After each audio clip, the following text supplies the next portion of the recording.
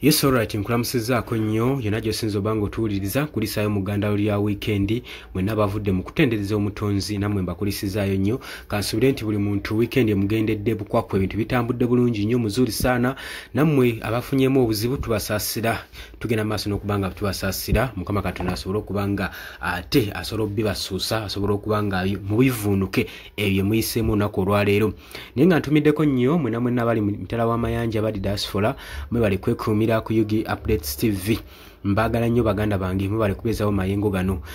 sobola kutumira sekinnoomu olw'ensonga nti equipment zaffe tezisobozesa naye abajja mu comment section ne muwandiika comments zammwe ne muteeka comments zammwe ne mugenda maaso n'okutangaza eggwanga ku kigenda maaso okusinziira ku ndowooza yammwe ne mubatangaza ne mubategeeza ekyo nno nkyenyumirizaamu nnyo era nga ngenda maaso n'okubeebaza mwe balegenda maaso n'ogwo omwoyo ogw'okutakwera ogw'okufiirira eggwanga lyammwe omwoyo gw'obwa Sseruganda okubanga mumanyisa abantu kye byateekeddwa okumanya ekyo nno nkibeebaza nnyo era nawe atanakujja mu comment section kutegeeza kirira wansi waliwo ekigambo subscribe kikooneko ojja kubanga osobola bulungi nnyo otwegattako nawe osobola okujja oteesiganya omunaffe nakugamba nti buli wosubscribing oba oyongeddeko eddoboozi lino okubanga litambulako oyo omuntu gwe lirina otutuukako so ekyokusubscribinga n'okusharinga mateeka tubeere nga tukyenyigiramu nnyo mwe bale kusharinga mwe bale kulikinga kakati nno military dress code eyayisiddwa ennaku eziyise emabega nga Muhoozi Kainerugaba Chief of Defence Force yagenda maaso n'ogiyisa etaddewo sparks mu public mu magye saako ne mu public mba civilian lwaki abasinga okusinziira ku kifaananyi Muhoozi Kainerugaba kye yaleese nga bw'ayagala military ladies bwe bambala kyenyamiza eggwanga n'abalaba si magye mukka wabula n'eggwanga at large kyabennyamizza emabega kaawo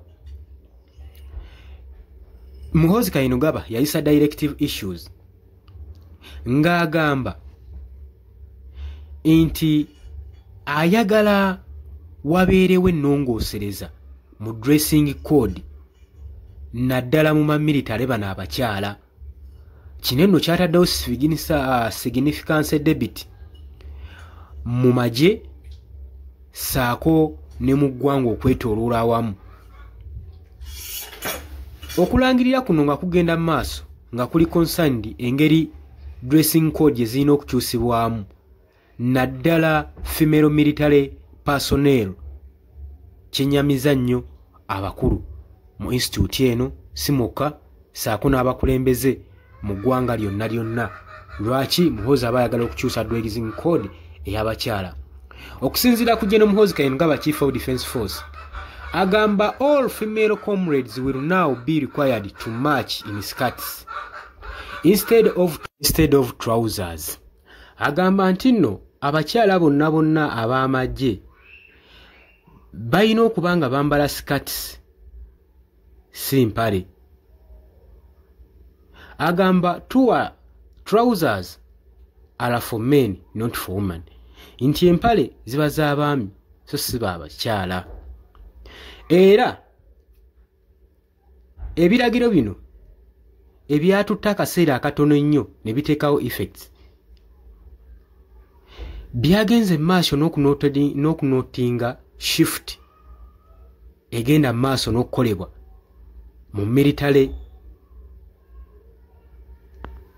military police naddala mu uniform engeri ba armed forces abakyala particularly nga tuligaadinga ku genda yaabwe gye bayinza okubanga bakwasaganyamu ensonga eno statement ya General Muhoozi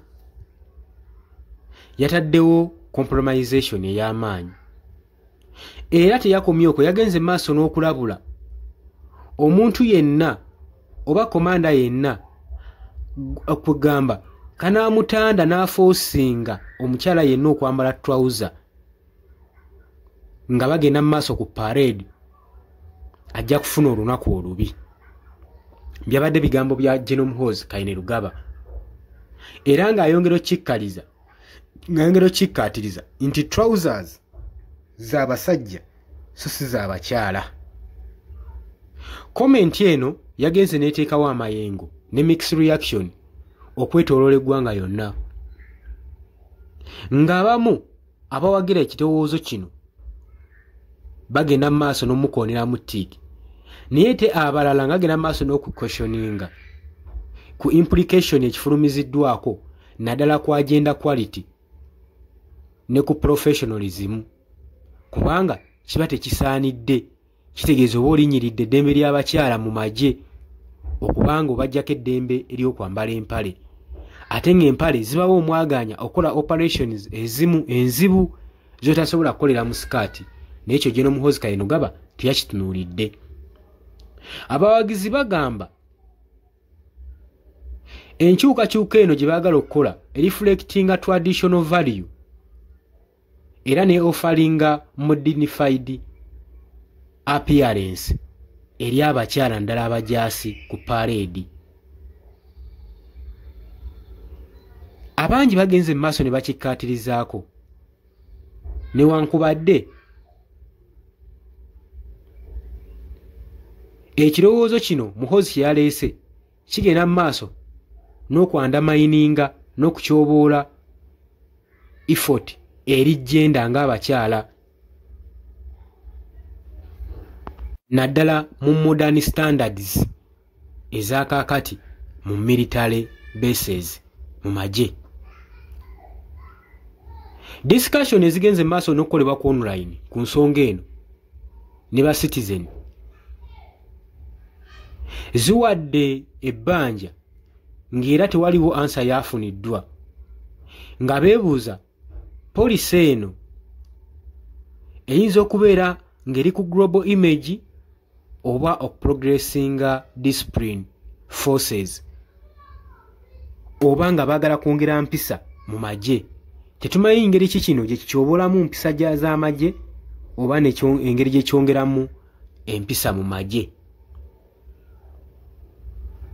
Kati etteeka lino lisigaddwa likubiddwako eriisa ejjogi ng'era lisigadde liri questionable engeri gye ligenda okubeera nga lyafekitingamu morality, moral n'empisa saako ne overall perception mu bakyala. Presentation enaabeerawo engeri gye bajja okupresentingamu ensonga eno mu armed force nga bakyala bano bambadde sikaati, era abasinga bagamba yes kyambalo kirungi n'ekigenda kuba kiteekawo negative effect ey'amaanyi, naddala okuba kugera okukola operations ezimu eziyinza okukolebwa n'abaami nga n'abakyala ate bazeeyungamu. Kati ekyo mwami Muhoozi Kainerugaba kyaba alina okuba nga alowoozaako nnyo, n'aleka n'atatyoboola ddembe ly'abakyala oba n'atataataganya ddembe ly'abakyala, n'abalekera rights zaabwe okwambala ekyo ekiteekeddwa okwambala okusinziira ku mirimu gye bagenda mu maaso n'okukakkalabe ne service gye bawa mu magye. Oli ku Yugi Updates TV kosinza obba ng'otuwuliriza ng'atannatweyunga kutegeeza genda wansi waliwo ekigambo subscribe kikooneko obeere nga otweyungako. Mbagaliza olunaku olulungi era nga mbakulisaayo nnyo yonna gye mubadde mutambulidde. Mbagala nnyo, tugenda kuba nga tukomawo.